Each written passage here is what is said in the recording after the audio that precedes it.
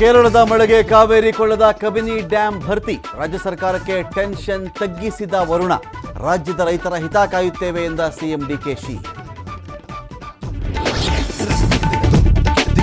ಕೆಲವೇ ಕ್ಷಣಗಳಲ್ಲಿ ಮೈಸೂರಿಗೆ ಮೋದಿ ಆಗಮನ. ರಾಮಕೃಷ್ಣ ಆಶ್ರಮದ ವಿವೇಕ ಸ್ಮಾರಕ ಉದ್ಘಾಟನೆ.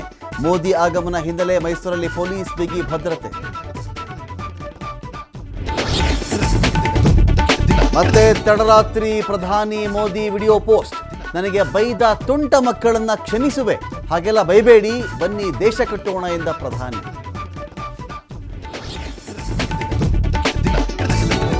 ರಾಜ್ಯ ಸಂಪುಟ ವಿಸ್ತರಣೆಗೆ ಮುಹೂರ್ತ ಫಿಕ್ಸ್. ಆಗಸ್ಟ್ 3ರ ಸೋಮವಾರ ನೂತನ ಸಚಿವರ ಪದಗ್ರಹಣ. ಪ್ರಮಾಣ ವಚನಕ್ಕೆ ಲೋಕಭವನ ಅಧಿಕಾರಿಗಳ ತಯಾರಿ.